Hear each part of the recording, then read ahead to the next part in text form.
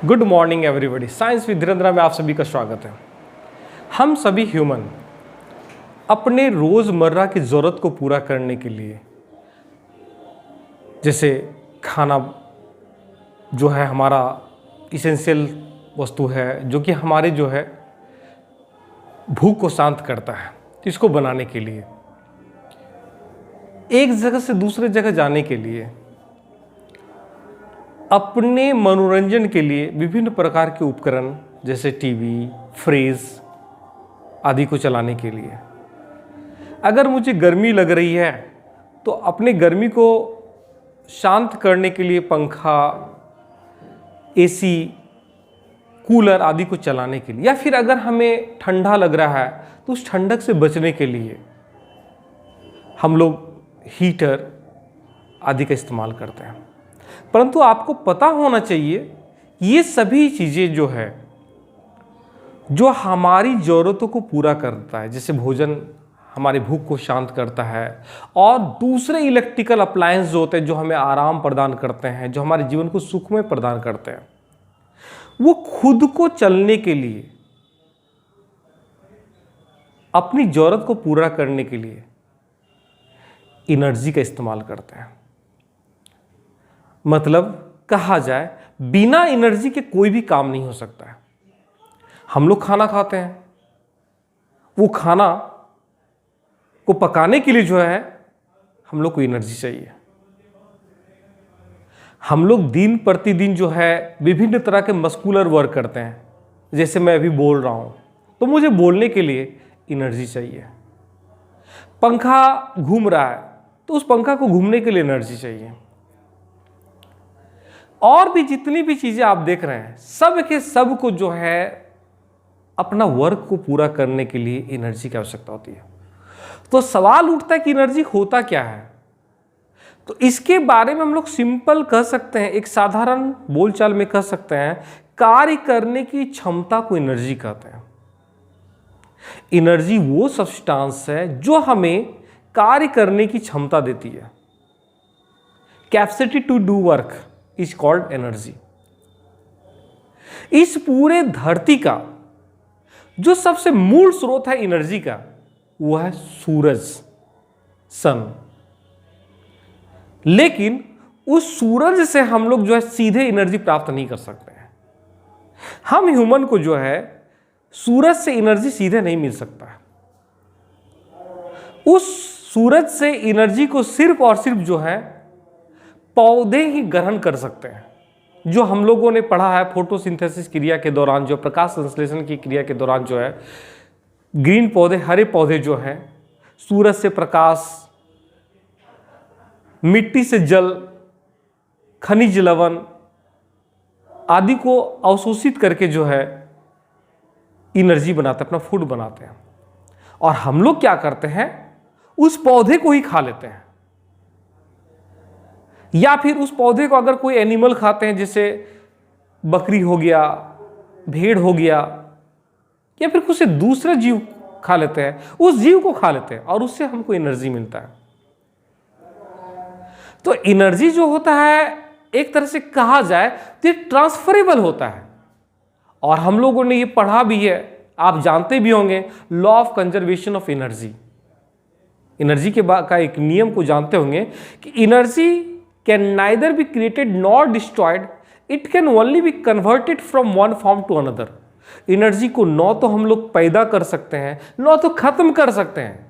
इस पूरे यूनिवर्स की एनर्जी जो है नियत है, कांस्टेंट है।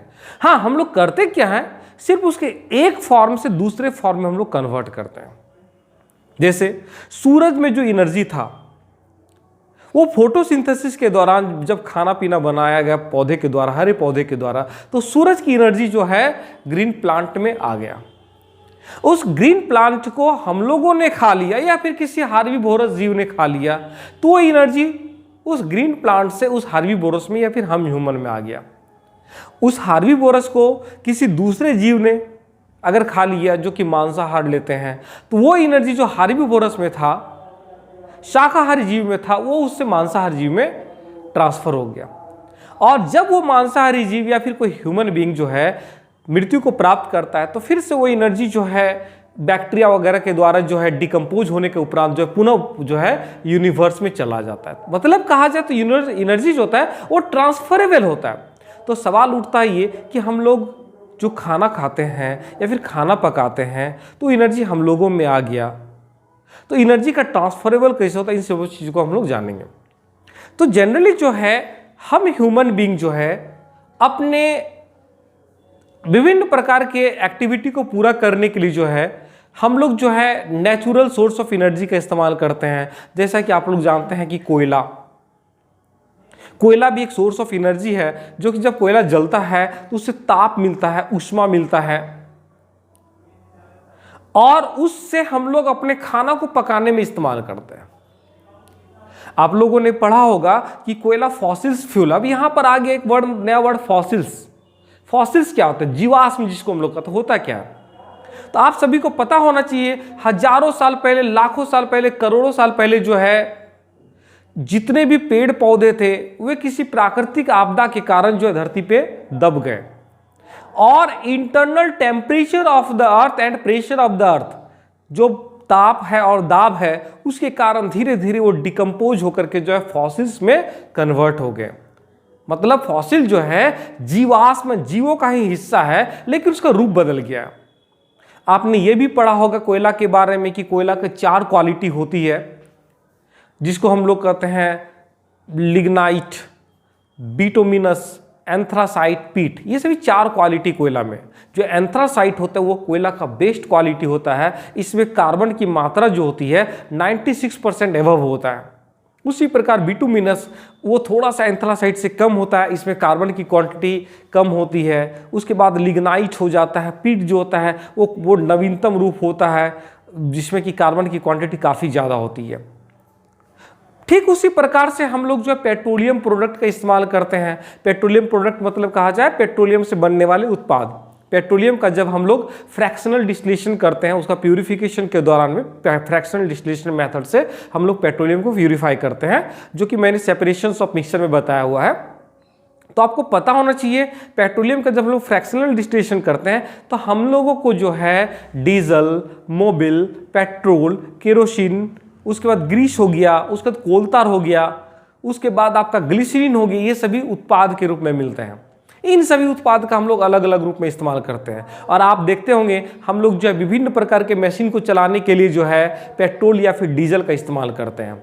जैसे मोटर बाइक चलाना हो, कार चलाना हो, या फिर किसी अन्य तरह के आपको व्हीकल्स को चलाना, तो हम लोग उसमें पेट्रोल को डालते हैं। ठीक उसी प्रकार जो है डीजल का इस्तेमाल जो है ग्रामीण में जो है क्षेत्र में किसान सब जो हमारे अन्नदाता हैं वो लोग जो है डीजल का इस्तेमाल जो है क्या करते हैं, माने पंपिंग सेट को चलाने में करते हैं, जिसका इस्तेमाल जो खेत की सिंचाई करने में किया जाता है। उसी प्रकार डीजल का इस्तेमाल जो है ट्रक, बस वगैरह जैसे हैवी व्हीकल्स को चलाने में, रेल के इंजन को चलाने में भी किया जाता है। तो ये सभी जो सोर्स हैं आपका एनर्जी का सोर्स है। लेकिन आपको बता दें कि हमारा अर्थ में जो है हमारी धरती में इसका भंडार निश्चित है। दिन प्रतिदिन पॉपुलेशन बढ़ता जा रहा है।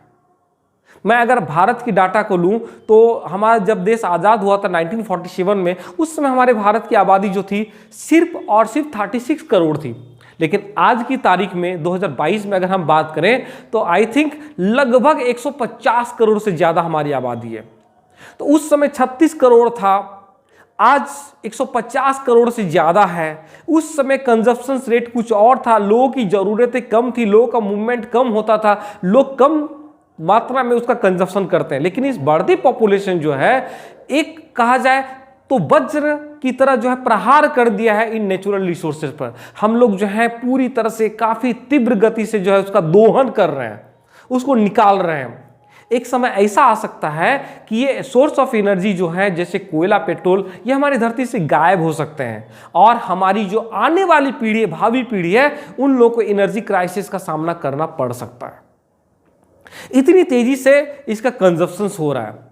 पुराने टाइम में जब मुझे याद है, आज से 30 साल 35 साल पहले जब मैं छोटा था, उस समय हमारे एरिया में, झारखंड के क्षेत्रों में पहाड़ होते थे, खूबसूरत पहाड़ होते थे, जंगल से, उन पहाड़ पर जंगल जो है, पेड़ जो है होते थे, जो कि एक गजब की खूबसूरती को बिखरता था, लेकिन अगर वर्तमान परिदृश्य को देखें तो इतनी तेज़ी से जो है पेड़ों की कटाई हो रही है या फिर पहाड़ की जो है खुदाई हो रही है कि ये जो अनमोल धरोहर था हमारी धरती का दिन प्रतिदिन ये खत्म होते जा रहा है।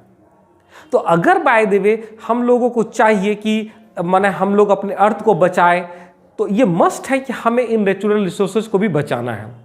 आज आप लोग देखते होंगे कि गर्मी जो होता है बहुत ज़्यादा पड़ती है। आज से 30 साल 40 साल पहले से कंडीशन बिल्कुल नहीं था। लोग जो है प्रकृति के जो भी वरदान थे, धूप का, पानी का, बरसात का, सब का जो है मज़ा लेते थे।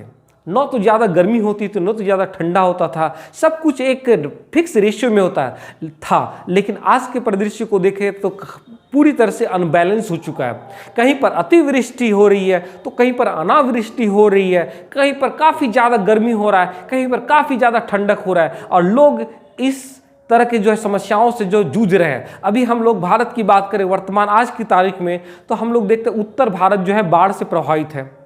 वही जो हम लोग का निचली तरफ में जैसे झारखंड, बिहार वगैरह जो है, वेस्ट बंगाल के पार्ट जो है, उड़ीसा के पार्ट जो है, इन सब में जो सुखाड़ का समस्या आ गया है। और इसके उत्तरदायी कोई और नहीं है, हम लोगों ही है, क्योंकि हम लोगों ने इस प्रकार से जो है अपने पर्यावरण को जो है असंतुलित कर दिया है, जिसका खामियाजा हमें भुगतना पड़ रहा है। तो चलिए फिर से हम लोग आते हैं अपने टॉपिक्स पर। जैसा कि मैंने आपको बताया कि हम लोगों के पास में जो है जो ट्रेडिशनल सोर्स ऑफ एनर्जी है, जो पुराने तरफ से हम लोग चलते आ रहे हैं, हम लोग उसमें इस्तेमाल करते कोयला का, पेट्रोल का, लकड़ी का, गोबर का। लेकिन बढ़ती आबादी ने, जैसा कि मैंने अभी थोड़ा देर पहले बताया, इस पर एक प्रहार कर दिया है और ये तेजी से खत्म होते जा रहे हैं। तो जरूरत है इसको बचाने के लिए भी। अब सवाल उठता है कि एक अच्छा एनर्जी का सोर्स किसको कहेंगे? हम कैसे जानेंगे कि कोयला ज़्यादा अच्छा है, कि पेट्रोल ज़्यादा अच्छा है, कि एलपीजी ज़्यादा अच्छा है, कि आपका केरोसिन ज़्यादा अच्छा है? तो एक गुड क्वालिटी ऑफ एनर्जी जो होते हैं के सोर्सेज जो होते हैं, जिसको हम लोग ईंधन कह सकते हैं, तो उसकी कुछ क्वालिटी होती है। पहला क्वालिटी, वो इजीली अवेलेबल होना चाहिए, वो आसानी से लोगों के पास में मिल जाना चाहिए। दूसरी क्वालिटी, उसको स्टोर करने में आसानी हो, दिक्कत ना हो। तीसरी क्वालिटी, उसका कैलोरीफिक वैल्यू ज़्यादा हो। अब यहाँ पर एक नया शब्द आ गया, कैलोरीफिक वैल्यू क्या होता है? किसी भी एनर्जी के जो सोर्स होते हैं, ईंधन जो होते हैं, जिससे हमको एनर्जी मिलता है, उसके 1 किलोग्राम को जलाने पर जितना कैलोरी हमको एनर्जी मिलता है, उसी को हम लोग कहते हैं कैलोरीफिक वैल्यू। जिस ईंधन का जितना ज़्यादा कैलोरीफिक वैल्यू होगा, वो उतने अच्छे क्वालिटी के ईंधन माने जाते हैं। जैसे अभी मैंने थोड़ी देर पहले आपको बताया था कि कोयला का 4 क्वालिटी होता है, एंथ्रासाइट, बिटुमिनस, लिग्नाइट और पीट। अगर हम लोग 1 केजी लिग्नाइट ले, 1 केजी पीट ले, 1 केजी बिटुमिनस ले, 1 केजी एंथ्रासाइट ले, चारों की क्वांटिटी बराबर ले और चारों को जलाएं ऊर्जा पैदा करने के लिए, ताप पैदा करने के लिए, तो हम लोग पाएंगे कि एंथ्रासाइट जो है जल्दी जलता है, उसमें ज़्यादा ऊष्मा मिलता है। जबकि इसके ठीक विपरीत जो है आपका जो पीट क्वालिटी होता है, पीट जो कोयले की निम्नतम क्वालिटी है का कोयला है, उसको अगर हम लोग जलाते हैं तो उसमें धुएं की मात्रा ज़्यादा होती है, उसमें ऊष्मा जो है कम मिलता है। तो जो अच्छे ईंधन होते हैं उसकी कुछ क्वालिटी होता है। क्वालिटी नंबर 1, जैसा कि मैंने आपको बताया कि वो आसानी से उपलब्ध हो। क्वालिटी नंबर 2, उसको भंडारण करने में हम लोग को आसानी हो। क्वालिटी नंबर 3, उसका ऊष्मी मान मतलब कैलोरीफिक वैल्यू ज़्यादा हो, मतलब अगर उसको हम लोग एनर्जी पैदा करते हैं उससे, तो हम लोग को ज़्यादा एनर्जी मिलेगा। वैसे सबसे ज़्यादा कैलोरीफिक वैल्यू जो होता है हाइड्रोजन का होता है। हाइड्रोजन के 1 किलोग्राम को जलाने पर 1,50,000 किलो कैलोरी मिलता है। परंतु प्रॉब्लम क्या है, वो इतनी ज़्यादा ज्वलनशील होता है कि उसको जलाना जो होता है बहुत ज़्यादा माने आसान नहीं है, वो खतरे से खाली नहीं है, वो बहुत खतरनाक साबित हो सकता है। इसलिए हम लोग हाइड्रोजन का हाई कैलोरीफिक वैल्यू होने के बावजूद भी इस्तेमाल नहीं करते हैं। तो ये तो हो गए कुछ अच्छे ईंधन की बात, कुछ अच्छे ईंधन की क्वालिटी। उसका कैलोरीफिक वैल्यू ज़्यादा होना चाहिए, उसको स्टोर हम लोग आराम से कर सके, उसको जो है हर जगह पर अवेलेबल हो। ग्रामीण क्षेत्रों में आज भी लोग जो हैं सोर्स ऑफ एनर्जी के तौर पर जो है गोईठा वगैरह का इस्तेमाल करते हैं। गोईठा गोबर से जो बनाया जाता है, जिसको हम लोग कावडंग केक भी कर सकते हैं। इसका इस्तेमाल करते हैं। लेकिन उसमें प्रॉब्लम क्या होता है कि उसको जब जलाया जाता है तो उसमें धुआं काफ़ी ज़्यादा होते हैं। और चूंकि गांव के लोग जो हैं एक झोपड़ी में रहते हैं, कच्चे हाउस में रहते हैं, और धुआं जो उसके घर के आसपास ही गूंजता है, यही वजह होता है कि वो जो टीबी, जिसको हम लोग ट्यूबरकुलोसिस बैसिलस कहते हैं, इस तरह की बीमारी से वो ग्रसित हो जाते हैं। तो जो है गोईठा को भी जो है आज के टाइम में हम लोग प्रीफर नहीं करते हैं। यही वजह होता है कि गवर्नमेंट ने जो है एनर्जी के लिए जो है अभी के टाइम में गैस सिलेंडर अवेलेबल कराने के लिए जो है विभिन्न प्रकार की योजना को जो है चालू किए हैं ग्रामीण क्षेत्रों के लिए भी, जिसमें कि एक उज्ज्वला योजना काफ़ी प्रमुखता से माना जाता है। अब जैसा कि मैंने थोड़ी देर पहले आपको बताया कि ये सभी जो आपका ट्रेडिशनल सोर्स ऑफ एनर्जी है, कन्वेंशन सोर्स ऑफ एनर्जी है, अगर हम लोग इसका इस्तेमाल काफ़ी ज़्यादा करें तो एक समय ऐसा आएगा कि हमारी धरती से ये एनर्जी खत्म हो जाएगा पूरी तरह से, और हमारी भावी पीढ़ी, हमारे बच्चे, उनके बच्चे जो है एनर्जी क्राइसिस से सफ़र करेंगे। तो ये जरूरी है कि हमें अपनी एनर्जी को बचाना है। तो बचाए कैसे? तो प्रायः जो है हम लोग विभिन्न प्रकार के एड्स में देखते हैं, प्रचार प्रसार में देखते हैं कि हमें एनर्जी का इस्तेमाल तभी करना चाहिए जब जरूरत हो। जरूरत खत्म, एनर्जी का इस्तेमाल बंद कर देना चाहिए। मतलब कहा जाए कि जैसे अगर बाय द वे हम रूम में हैं, अपने कक्ष में, अपने कमरे में हैं, तो हम पंखा चलाएं, टीवी चलाएं या फिर बल्ब को जलाएं अपनी जरूरत के हिसाब तो ठीक है। लेकिन अगर बाय द वे हम जो है रूम को बंद करके कहीं बाहर जा रहे हैं तो हमें जो अनावश्यक उसको बंद माने जलाना अच्छा नहीं है, तो हमको उसको बंद कर देना चाहिए। इसलिए घर से अगर आप बाहर जा रहे हैं तो ये जरूरी है कि अपने घर में जितनी भी सोर्स ऑफ एनर्जी है, जो एनर्जी प्रोड्यूस करता है, उसको हम लोगों को जो है बंद कर देना चाहिए। दूसरी बात क्या हो गई कि ज़्यादा से ज़्यादा पेड़ लगाइए। अगर आप पेड़ लगाते हैं तो सभी समस्या का समाधान है। पेड़ लगाएंगे तो वो जो है बरसात को नियंत्रण करेगा, गर्मी को नियंत्रण करेगा, ठंडा को नियंत्रण करेगा। वो हमें जो है घर के विभिन्न प्रकार के फर्नीचर को बनाने के लिए समय आने पर लकड़ियां देगा। उसके बाद जो है पेड़ जो है हमें जो है स्वादिष्ट फल देगा। इस तरह से उससे फायदा है, तो हम लोग ये भी कर सकते हैं। तीसरा, अगर आप कहीं जा रहे हैं, भीड़ भाड़ इलाके से जा रहे हैं और अगर बाय द वे कहीं पर जाम में फंस गए हैं तो अनावश्यक जो है अपने व्हीकल्स को स्टार्ट न रखें।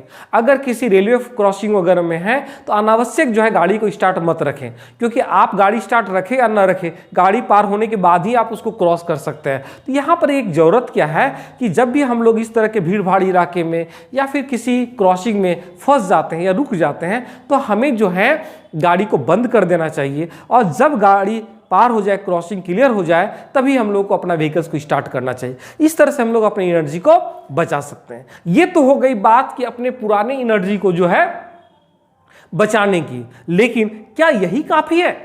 क्या इस तरह से करने से जो है हम लोग एनर्जी समस्या से जो है निजात पा सकते हैं? नहीं, बिल्कुल नहीं। इसके साथ साथ जरूरत है कि हम लोगों को जो है अपने देश के लिए, अपने भविष्य के बारे में सोचते हुए जो है कुछ चीज़ पर भी ध्यान देना चाहिए। इसमें एक बहुत बड़ी समस्या है बढ़ती जनसंख्या। बढ़ती जनसंख्या को अगर हम लोग नियंत्रण में ला सके तो जो है हम लोग अपने एनर्जी क्राइसिस से बच सकते हैं। तो बढ़ती जनसंख्या को नियंत्रित करने के लिए क्या है? तो सबसे पहली चीज है कि हम लोगों को बढ़ती जनसंख्या को रोकने के लिए जरूरी है कि हम लोग जो है अंधविश्वासी न बने। जैसे हिंदुओं में ये भावना है कि जो है मोक्ष की प्राप्ति करना हो मृत्यु के बाद तो जो है पुत्र के द्वारा ही जो है अग्नि लेना है, अग्नि लेना है, तभी जो है मोक्ष की प्राप्ति होगी। ऐसा बिल्कुल नहीं है। आज के टाइम में लड़कियां भी लड़कों से कम नहीं है। इस तरह से कि जो है जो आपका अंधविश्वास है इससे दूर हटिए। दूसरी चीज है कि अन्य समाज में भी, अन्य कौम में भी ऐसे ही देखा जाता है कि वो जो है विभिन्न प्रकार के अंधविश्वास में पढ़ करके जो है अनेक बच्चे को पैदा करते हैं। अगर आप अपने घर की आबादी को बढ़ाते हैं तो जो है न तो आप ठीक ढंग से भोजन ले पाइएगा, न तो कपड़े पहन सकेगा। आपको ठीक ढंग का कपड़ा भी नहीं मिलेगा, भोजन भी नहीं मिलेगा, क्योंकि कमाई तो आपका जितना उतना ही होना है, लेकिन कमाई जो ज़्यादा मेंबर में खर्च हो जाएगा। लेकिन इसके ठीक विपरीत अगर आपके परिवार में सदस्यों की संख्या कम है तो हम लोग कम खर्चे में ही जो है अच्छे सुखमय जीवन का आनंद ले सकते हैं। तो बढ़ती जनसंख्या पर अगर हम लोग वर्क कैसे करें, लोगों को समझाएं, लोगों को जागरूक करें, तो हम लोग जो है अपने देश को, अपनी धरती को बचा सकते हैं। और ये हमारा एक फर्ज भी है, हम सभी का फर्ज है इस तरह के मैसेज को हम लोग जो है एक दूसरे से फैलाएं ताकि लोग जागरूक हो और इस पर भी ध्यान दें। ये हो गई बात कि बढ़ती जनसंख्या को रोके और एनर्जी का कंजप्शन बचाएं। लेकिन क्या ये काफ़ी है? नहीं, बिल्कुल काफ़ी नहीं। इसके साथ भी जरूरत है कि हम लोग को कुछ और सोर्स ऑफ एनर्जी पर ध्यान देना चाहिए जो कि कभी खत्म नहीं होता है। इसमें सबसे पहला है आपका सोलर एनर्जी। आज के टाइम में गवर्नमेंट जो है सोलर एनर्जी मतलब सूर्य से प्राप्त होने वाली एनर्जी को जो है सोलर एनर्जी कहते हैं। सोलर एनर्जी के लिए जो है हम लोग देखे होंगे कि घरों में छतों पे एक सोलर प्लेट लगाते हैं जिसमें कि जिंक रहता है और वो जो है सूरज के सनलाइट को एब्जॉर्ब करते हैं और उसके द्वारा बैटरी चार्ज होता है और उसका इस्तेमाल हम लोग विभिन्न प्रकार की गतिविधि जैसे टीवी चलाने में, पंखा चलाने में और में भी इस्तेमाल करते हैं। तो इस तरह से जो non conventional source of energy है, जैसे सूर्य हो गया, सूर्य की रोशनी का इस्तेमाल हो गया, हवा हो गया, पानी हो गया, अगर उसको हम लोग इस्तेमाल करें तो हम लोग एनर्जी क्राइसिस से बच सकते हैं। अगर हम लोग उसका इस्तेमाल करेंगे तो स्वाभाविक है हमारी निर्भरता कोयले पर और पेट्रोलियम पर घटेगी, और जब कोयले और पेट्रोलियम पर हमारी निर्भरता घटेगी तो कोयला, पेट्रोलियम इत्यादि का जो है खनन कम होगा और हम लोग जो है कोयला और पेट्रोलियम को बचा सकते हैं। उसी तरह से जो है जिस जगह पर समुद्री किनारे का जो एरिया है, जैसे गुजरात वगैरह में, जहाँ पर हवा का स्पीड काफ़ी ज़्यादा रहती है, 50 किलोमीटर 40 किलोमीटर प्रति आवर के दर से हवा मूव करती है, तो वहाँ पर जो है हम लोग विंड एनर्जी का इस्तेमाल कर सकते हैं। उसी तरह से पहाड़ी एरिया में, जैसे हमारे झारखंड में जो है मसानजोर डैम जो है, जो दुमका के निकट है, जिसको हम लोग कनाडा डैम भी कहते हैं, जो कनाडा के सहयोग से बनाया गया, वहाँ पर नेचुरल वाटर को, जो आपका रेन वाटर है, उसको कलेक्ट किया जाता है और उस कलेक्टेड वाटर से जो टरबाइन को रोटेट करा करके बिजली पैदा की जाती है। और सबसे बड़ी बात बता दें कि जो आपका अदर सोर्स, ट्रेडिशनल सोर्स के अलावा जो आपका non conventional source of energy है, अगर उसका इस्तेमाल करते हैं तो उस पर खर्च भी कम आता है। जैसे सोलर प्लेट अगर आप एक बार इस्तेमाल कर लेते हैं घर में तो वो निरंतर आपको ऊर्जा देता रहेगा, लेकिन आपका दोबारा खर्च नहीं आएगा, तो उसमें खर्च बहुत कम आता है। इसी तरह से जो है हम माने समुद्री इलाके पे जहां पर कि समुद्र का वेव आता जाता है, वहां पर आज के टाइम में टाइडल वेव का इस्तेमाल किया जा रहा है। ठीक इसी प्रकार से गोबर गैस का भी इस्तेमाल हम लोग कर सकते हैं। तो एक जागरूक नागरिक होने के नाते, एक अच्छे नागरिक होने के नाते ये हमारा कर्तव्य है कि हम लोग जो है एनर्जी को जाने, पहचाने, उसके स्रोत को जाने, उस स्रोत को हम लोगों ने किस प्रकार से डिग्रेड किया उसको जाने, उसको बचाने के लिए हम लोग ढेर सारा पेड़ लगाए और उस पर निर्भरता कम करने के लिए हम लोग जो है solar energy, wind energy, hydro electricity मतलब पानी से पैदा होने वाला एनर्जी, टाइडल एनर्जी मतलब समुद्री वेव से पैदा होने वाली एनर्जी, इस पर ध्यान दें और अपने धरती को हरा भरा बनाए, खुशहाल बनाए। तो आई एम श्योर आज की क्लासेस आप सबों को बहुत ज़्यादा पसंद आई होगी। अगर आप मेरी क्लासेस से संतुष्ट हैं, आप लोग को मज़ा आ रहा है, किस प्रकार से हम लोग अपने धरती के लिए काम कर सकते हैं, एक महत्वपूर्ण योगदान दे सकते हैं, तो मुझे विश्वास है कि आप हमारे चैनल को लाइक करेंगे, सब्सक्राइब करेंगे, दूसरे मित्रों तक भी फैलाएंगे, उसको के साथ शेयर करेंगे, ताकि वे भी जो है एक अच्छे नागरिक बन सकें और अपनी एक सफल भागीदारी जो है राष्ट्र के निर्माण में सुनिश्चित कर सके होंगे। धन्यवाद।